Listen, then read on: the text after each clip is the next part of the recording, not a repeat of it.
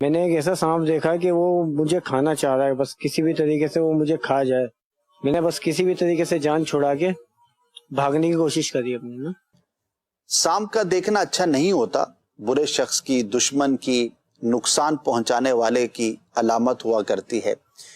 لیکن اس میں ڈیٹیل یہ ہے کہ اگر تو سانپ نے غلبہ پایا اور خواب دیکھنے والے کو ڈسا ہے، کاٹا ہے، تو پھر یہ دشمن سے نقصان پہنچنے کی علامت ہے. لیکن جیسا کہ آپ نے بیان کیا کہ آپ بھاگ جاتے ہیں اور اس کے کاٹنے کے سے محفوظ رہ جاتے ہیں، تو یہ ایک اچھی خبر ہے.